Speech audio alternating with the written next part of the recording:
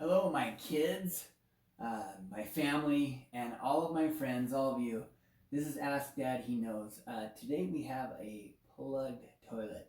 So there's a couple of things that I want to teach you first of all, because first of all, if you're the one who plugged this toilet, you better turn off the water because you never know if somebody else is going to come, and it's such a natural instinct that after you go to the toilet, guess what you do? You just automatically flush it.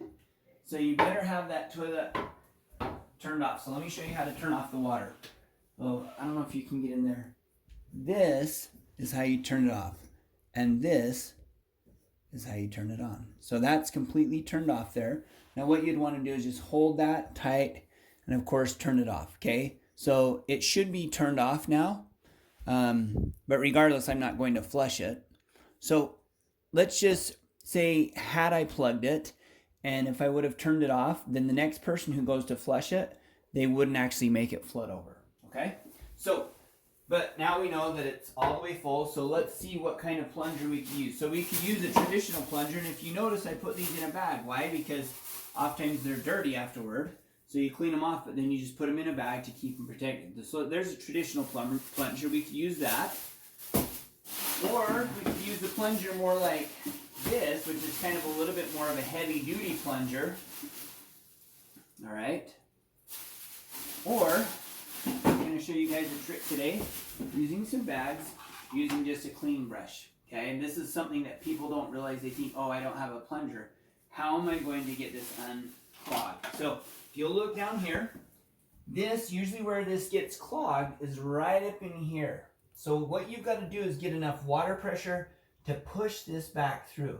So all the plunger is doing, whether it be the regular plunger like Mario, or if it's this big one, what it does is fills up with a bunch of water, and then you push it down and it shoots all that water back through that gooseneck to unplug it. Well, same concept applies today. What we're going to be using is just a regular old cleaning brush.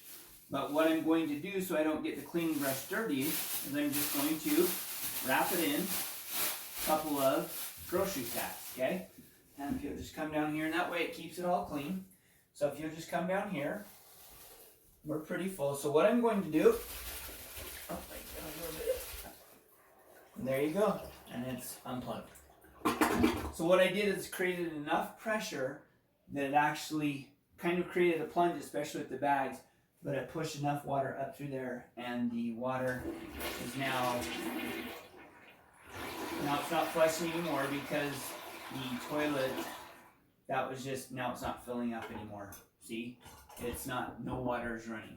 So what I'm going to need to do now is, watch this is kind of cool. So I can actually take the brush. Now you can imagine if this was all dirty. So what I'm going to do is take this brush out, put it in here. Then I'm going to take this and I'm going to turn it inside out, just like you do kind of with doggy do. And then that way it's all clean, and then I can just throw that away. Okay? So that makes it nice there. And then if you'll come over here, I'm just going to set this aside. If you'll come over here now, what we're going to do now is turn the water back on. Okay? And you can hear that water start flowing. Now the water's back on. Now this should have already been turned off. This is just a quarter ball valve turn. But when you do turn this on, you want to go really slowly, because if hard water ever builds, it can actually, if you never turn this on, hard water can actually cause this to get stuck and you can actually break the valve. So you want to turn it really nicely slowly. And I usually would do it with two hands, but you want to go nice and slow when you're turning it on. And then also when you're turning it off, you may be in a hurry, but you want to turn it nice and slowly off, because some of these old ones, you'll actually have to turn more than one time, okay? So again, I'm going to gently turn that back on. And now the toilet is unclogged, and we're all good to go. Thanks for watching. I am Brandon Nielsen, and this is Ask Dad, He Knows. Oh, and just when you thought I was gone and saying goodbye, I am back. I thought there was maybe two things I could clarify a little bit, and just especially for my kids to understand something.